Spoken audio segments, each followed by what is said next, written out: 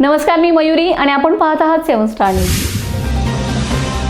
Maharashtra body building association व body builders association of Sangli यांच्या मान्यतेने प्रदीप आप्पा कदम अध्यक्ष स्वर्गीय यशवंतराव चव्हाण स्मृती गौरव समिती सांगली यांच्या मार्गदर्शनाखाली पश्चिम महाराष्ट्र मर्यादित यशवंतश्री 2026 भव्य शरीर सौष्ठव स्पर्धा अंकलखोप येथे दिनांक 12 जानेवारी रोजी सायंकाळी 7 वाजता पार पडलेत। या कार्यक्रमाचे प्रास्ताविक प्रदीप आप्पा कदम करताना म्हणालेत, अंकलखोप गावचा इतिहास फार जुना आहे। या गावाने 2 आमदार दिलेत, तसेच बाबासाहेबांच्या मूळ अस्थी या गावात 4 महान व्यक्तींनी आणलेत, त्यामुळे गावाचे पावित्र्य फार आहे।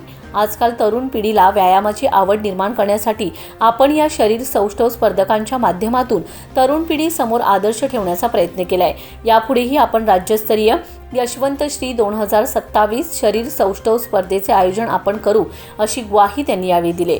अध्यक्षीय भाषणात बोलताना राष्ट्रवादी काँग्रेस पार्टीचे सरचिटणीस प्रतापनाना पाटील म्हणालेत, राष्ट्रवादी काँग्रेस पक्षाची अजितदादा गट सुरुवातीपासूनच प्रदीप आप्पा कायम समाज उपयोगी कार्यक्रमाचं आयोजन करतात। समाज उपयोगी विषयांवर त्यांचा नेहमी मदतीचा हात असतो। तसेच त्यांनी अंकलखोप येथील अस्थि स्मारकाचे अपूर्ण काम पूर्ण करून देत आहेत। या सर्व कामांची दखल ही नक्कीच वरिष्ठ पातळीवर घेतली जाईल, अशी ग्वाही नानांनी दिली। यावेळी स्पर्धेतील first runner up Mayur Jalli Sangli, second runner up Prateep Magdum Kolhapur व यशवंतश्री 2026 चे मानकरी ठरलेत पंचाक्षरी लोणार सोलापूर। त्यांना मानाचा पट्टा, ट्रॉफी, प्रशस्तीपत्रक व रोख बक्षीस देण्यात आले। या स्पर्धेसाठी संघटनेचे संस्थापक मार्गदर्शक इनायत तेरदाळकर, संघटनेचे सचिव विवेक संकपाळ यांचं सहकार्य लाभले।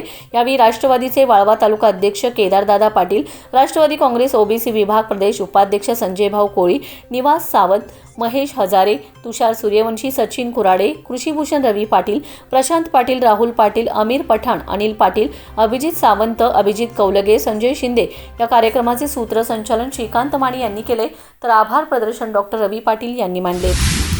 आज अंकलखोप या गावामध्ये आपण पूर्ण पश्चिम महाराष्ट्राची यशवंतश्री शरीर सौष्ठव स्पर्धा आयोजित केली। या स्पर्धेला पश्चिम महाराष्ट्रातल्या सर्व जिल्ह्यातल्या स्पर्धकांनी फार मोठ्या संख्येनं प्रतिसाद दिला। त्यांनी या ठिकाणी खूप चांगला परफॉर्मन्स केला आणि जो हेतू आपला होता की अंकलखोप आणि आपल्या तालुक्यातल्या तरुणांनी अशा पद्धतीनं जिममध्ये सराव करावा, आपली शरीरदृष्टी व्यवस्थित सदृढ करावी आणि तो हेतू खऱ्या अर्थाने सफल होईल।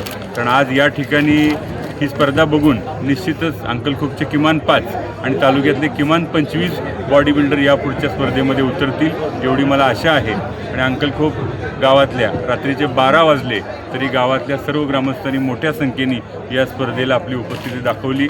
सर्व पंचमंडळी आणि असोसिएशनचे सर्व पदाधिकारी, सर्व पत्रकार आणि सर्वांचंच मी उत्स्फूर्त प्रतिसाद दिल्याबद्दल आयोजक म्हणून सगळ्यांचं आभार मानतो। Bureau report 7 star news.